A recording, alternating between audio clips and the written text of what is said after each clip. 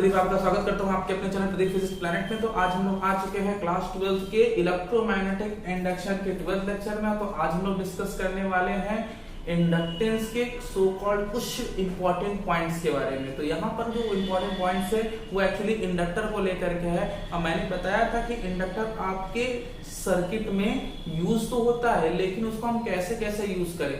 Inductor के ज्यादा जानकारी के लिए आपको थोड़ा वेट करना होगा, क्योंकि इसका बेसिक सा यूज जो है वो आपको एसी में क्लियर होगा, मतलब प्रत्यावर्ती धारा में। अभी फिलहाल आप ये जानिए कि अगर हमारे पास कोई इंडक्टर है तो इंडक्टर को हम कैसे यूज करेंगे। और एक छोटी सी बात कि अगर आपने इंडक्टर के बारे में अगर प्रैक्टिकली कोई ऑब्जर्वेशन नहीं देखा तो मैं आपको छोटा सा एग्जांपल दे दूं कि जो आपने ट्यूबलाइट के नीचे एक चोक कुंडली देखी होगी ना, वो चोक ही आपका एक इंडक्टर का एग्जाम्पल है। तो अब मान लीजिए मेरे पास दो इंडक्टर है। इंडक्टर का सिंबल आपको पता ही है कि वो राउंड करके चालक तार को बनाया जाता है। तो यहाँ पर आज हम लोग जहां तक पढ़ चुके थे उसके आगे एक नोट पॉइंट लिखेंगे, जिसमें हम लोग बात करेंगे प्रेरकत्व का संयोजन। प्रेरकत्व का संयोजन, जैसे कि आप रेजिस्टेंस का संयोजन करते थे, यहाँ पे इंडक्टर का भी संयोजन किया जा सकता है। ठीक, तो जस्ट थिंक कि हमारे पास जो है वो दो इंडक्टर है। ये पहला इंडक्टर हो गया, ठीक, और ये दूसरा इंडक्टर हो गया। एक बात और यहाँ पे ध्यान में रखने वाली है कि ये अगर दोनों इंडक्टर बेसिकली थोड़े डिस्टेंस पर, मतलब एक दूसरे से इंडिपेंडेंट हो, तो जस्ट थिंक कि यहाँ पर एक A है, यहाँ पर एक B है, और ये B है, और यहाँ पर एक पॉइंट C है। ठीक, और ये दो इंडक्टर है। ठीक है, तो यहाँ पर ये जो दो इंडक्टर है, ये दोनों इंडक्टर के ये जो दोनों पॉइंट है वो AB, और ये इंडक्टर का जो दो पॉइंट है वो BC होगा। एक बात याद रखने वाली होगी कि इनके बीच का जो पोटेंशियल डिफरेंस होगा वो होगा क्या, वो होगा B माइनस A, और इसका जो पोटेंशियल डिफरेंस होगा वो क्या होगा, C माइनस D, यही ना। तो इस तरीके से हम इसका पोटेंशियल डिफरेंस लिख सकते हैं। तो आइए फटाफट से थोड़ा समझने की कोशिश करें कि पोटेंशियल डिफरेंस के बेसिस पर हम इसका संयोजन कैसे करें। ठीक है, तो पहला कंडीशन ये होगा कि हम इसमें एक सीरीज कंडीशन देखेंगे कि अगर हमारे पास अगर इस सीरीज में हो तो कैसा होगा। तो आपको लर्न होगा कि फॉर्मूला आपने पढ़ा था E is equal to L D I upon dt। ये फॉर्मूला अगर आपने पढ़ा था तो ये आज काम आने वाला है। ये प्रेरित वैद्युत वाहक बल था इंडक्टर के सिरों के बीच में। जस्ट थिंक कि अगर इसमें करंट जो है वो I फ्लो कर रहा है, तो सीरीज में आपको पता ही है जो करंट इसमें होगा वही सेम करंट L2 में भी होगा।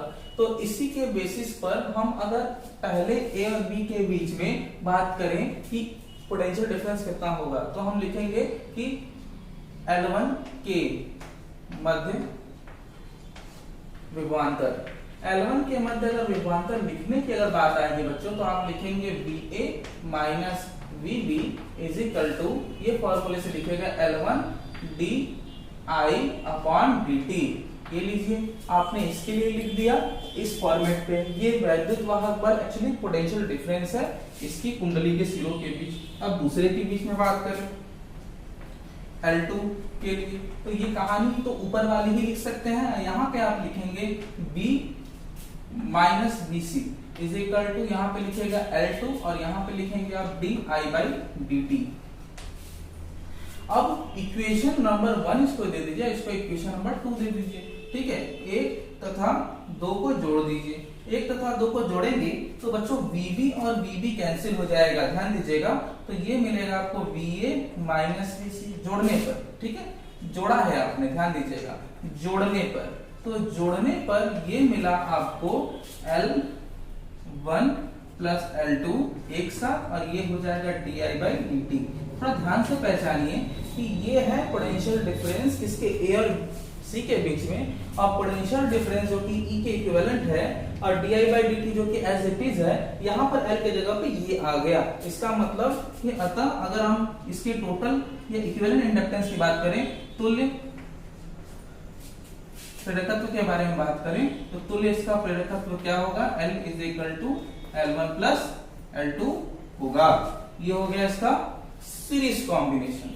इसी तरीके से अगर मैं थोड़ा सा आगे चलूं बच्चों और बात करूं कि अगर मेरे पास यही दो इंडक्टर है और इसे हम कैसे जोड़ दें, इसे हम जोड़ दें पैरेलल में। ये लीजिए पैरेलल में जोड़ दिया, इसको थोड़ा आगे बढ़ा दीजिए। इस इंडक्टर को L1 रेफर कर दीजिए और इस इंडक्टर को आप रेफर कर दीजिए L2। यहाँ पे आप नाम दे दीजिए A और यहाँ पे नाम दे दीजिए आप B। ठीक, 2 पॉइंट हो गया। आपको बहुत अच्छे से पता होगा कि अगर आपने करंट यहाँ पे सप्लाई दिया है I और यहाँ पे तो करंट जाएगा I1 और यहाँ पे करंट जाएगा आपका क्या I2। तो I1 और I2 ये दोनों चीजें आपको दिखाई दे रही हैं, दोनों में जा रही हैं। बस ध्यान ये रखने वाली बात है कि ये जो पैरेलल के बारे में बात आप करते हो, मतलब B जब आप पैरेलल में हो, पैरेलल मतलब समांतर क्रम में हो, तो ऐसे केस में विभवांतर जो है वो समान होता है। आपको पता है कि करंट अगर अलग है तो यहाँ पर हम इस दोनों करंट को I1 प्लस I2 लिख सकते हैं क्या? बिल्कुल लिख सकते हैं। दोनों तरफ करंट का अगर चेंज हो रहा है टाइम के साथ, तो यहाँ पे आप di/dt लिख दीजिए, टाइम के साथ वेरिएशन। इसको आप लिखिए di1/dt लिखिए और यहाँ पर आप लिखिए di2/dt लिख लीजिए। तो ये आपका होगा variation of current her section में।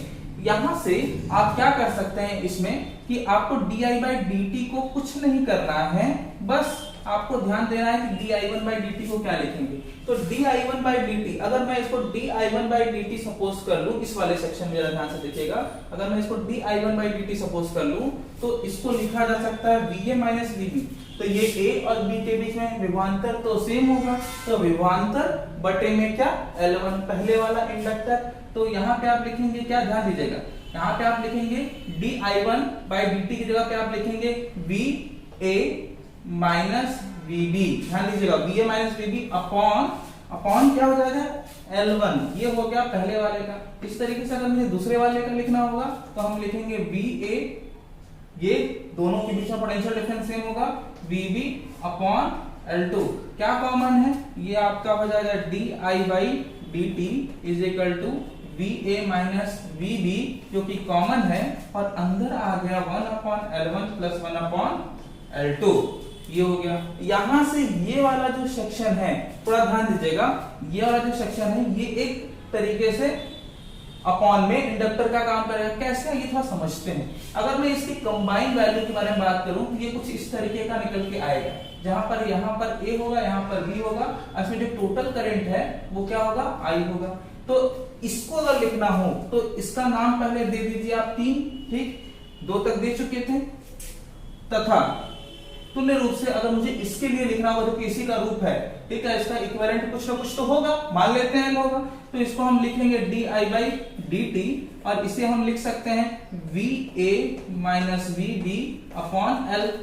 जैसा कि कॉन्सेप्ट है, अगर मुझे लिखना होगा di/dt तो इसको हम E/L मतलब इनके बीच में विभवांतर बटे में L लिख सकते हैं।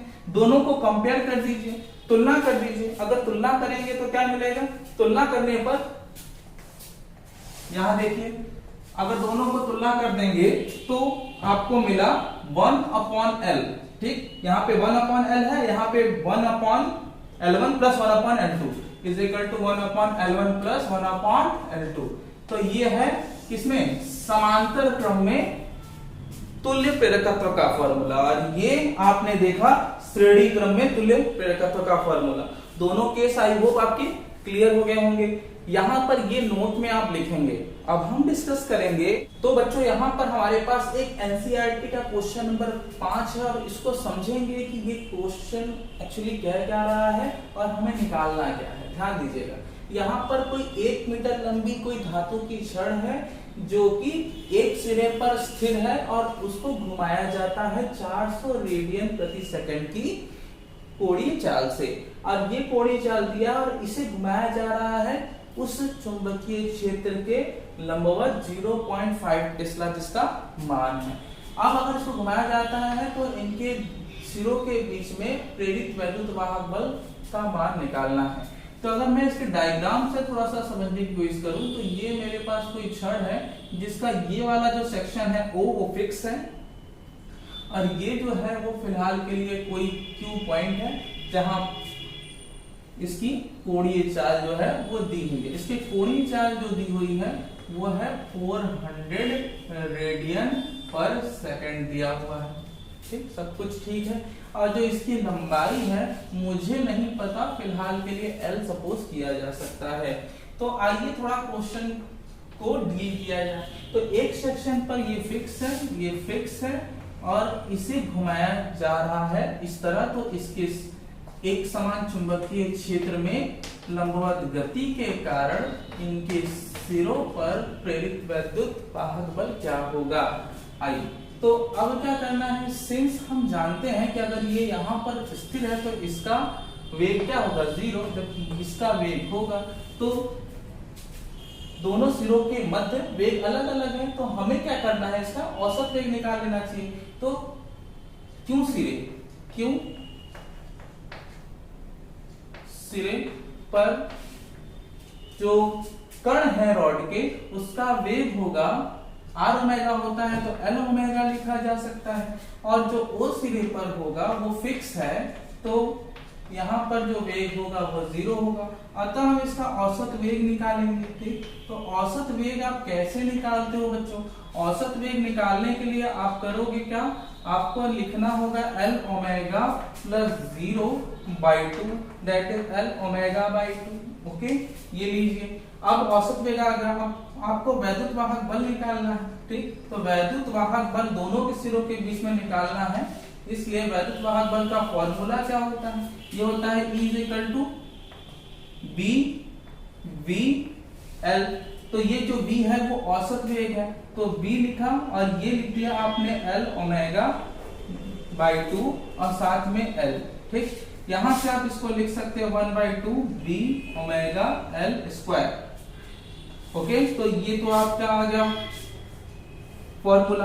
अब इस फॉर्मूले में वैल्यू रख दीजिए, आपको सारी चीजें भी मिल जाएंगी। जैसे 1/2 इसकी वैल्यू रखा, मैग्नेटिक फील्ड की जो वैल्यू है वो है 0.5, और यहाँ पर ओमेगा की वैल्यू 400 जो है वो रेडियन पर सेकेंड है, और लेंथ जो है वो 1 मीटर स्क्वायर। ठीक, यहाँ पर आप चाहें तो इसको मल्टीप्लाई कर सकते हैं, तो ये 0.5 को 4 से मल्टीप्लाई करेंगे तो आएगा 200/2 × 1, कैंसिल कर दीजिए तो आएगा 100 वोल्ट, जो कि इनके सिरों के मध्य प्रेरित वैद्युत वाहक बल होगा। बात समझ आ गई। नेक्स्ट क्वेश्चन देखते हैं। तो बच्चों यहाँ पर एनसीईआरटी का क्वेश्चन नंबर 9 है, जिसमें बताया जा रहा है 5 रखे कुंडली का एक युग्म का अन्योन्य प्रेरकत्व 1.5 हेनरी है। यदि एक कुंडली में 0.5 सेकेंड में धारा 0 एम्पियर से 20 एम्पियर तक चेंज होती है तो दूसरी कुंडली में कितना फ्लक्स होगा। क्लियर करिएगा क्या दिया हुआ है। पहले करंट इसमें कितना था, 0 था, बाद में करंट कितना हो गया 20 एम्पियर तक चेंज हुआ है। टाइम कितना लगा इन सब में, तो टाइम लगा है वो है 0.5 सेकेंड। याद होगा आपको कि अगर हमें m की वैल्यू जो है वो दी हुई है 1.5 हेनरी, जो कि स्टैंडर्ड यूनिट भी है, तो हमें अगर प्रेरित वैद्युत वाहक बल का फॉर्मूला, प्रेरित वैद्युत वाहक बल का फॉर्मूला याद हो, वो भी किसके टर्म्स में, m के टर्म्स में, तो वो होता है mdI/dt। याद आया क्या, ये होता है। और आपको अगर याद हो कि फैराडे के नियम से E = हम क्या लिख सकते हैं, तो dϕ/dt लिख सकते हैं। ठीक, = आप लिख सकते हैं mdI/dt भी लिख सकते हैं। बात समझ आई। यहां से अगर मुझे चेंज इन फ्लक्स बताना है तो dϕ = हम ये लिख सकते हैं कि m × dl। अब यहाँ m की वैल्यू कितनी है, m की वैल्यू है आपकी 1.5, और जो करंट चेंज हो रहा है वो हो रहा है 20 - 0। करंट में चेंज होता है, ये मल्टीप्लाई करना है सब्सट्रैक्ट करके, तो सब्सट्रैक्ट किया 20 आया, मल्टीप्लाई किया तो बच्चों कितना आएगा 1.5 × 2 that is what, that is 30 क्या वेबर। ठीक, इस तरीके से 30 वेबर चेंज होगा दूसरी कुंडली में फ्लक्स। बात समझ में आ गई। तो ये 2 एग्जांपल हो गए। अगले क्लास में बच्चों हम लोग को डिस्कस करना है प्रत्यावर्ती धारा, डायनामो क्या होता है, उसका प्रिंसिपल वर्किंग, और उसमें कैसे प्रत्यावर्ती धाराएं बनती हैं, इन सब के बारे में बात करेंगे। तब तक के लिए अपना ख्याल रखिए।